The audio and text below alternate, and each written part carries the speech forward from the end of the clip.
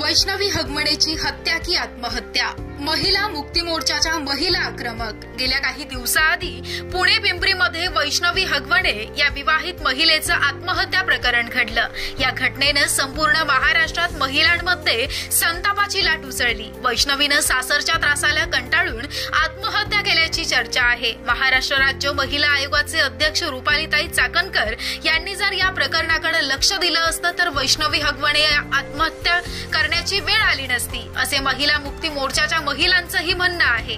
रुपालीताई चाकणकर हे महिलांना न्याय देऊ शकत नाहीत, म्हणून त्यांनी आपल्या पदाचा राजीनामा देऊन पदमुक्त करावं. यासाठी महिला मुक्ती मोर्चाच्या पदाधिकाऱ्यांनी अमरावती येथे पत्रकार परिषद आयोजित केली होती.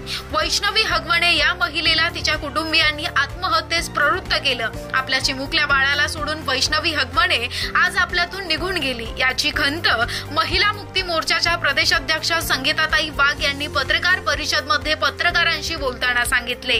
रुपालीताई चाकणकर यांना पदावरून हटवून संगीताताई वाघ यांना महिला आयोग अध्यक्ष म्हणून निवडण्यात यावं, असं महिलांनी आमच्या प्रतिनिधीशी बोलताना सांगितले. वैष्णवी हगवणे यांची हत्या की आत्महत्या याचा पुणे पोलीस तपास करत आहेत. मी संगीता वाघ, महिला मुक्ती मोर्चा संघटनेची महाराष्ट्र प्रदेश अध्यक्ष. आमची जी संघटना आहे संपूर्ण महाराष्ट्रभर आहे, संपूर्ण जाती धर्माची संघटना आहे आणि आज या ठिकाणी पत्रकार परिषद जी आयोजित केलेली आहे ती पत्रकार परिषद रुपालीताई चाकणकर यांच्या राजीनाम्याबद्दल आहे.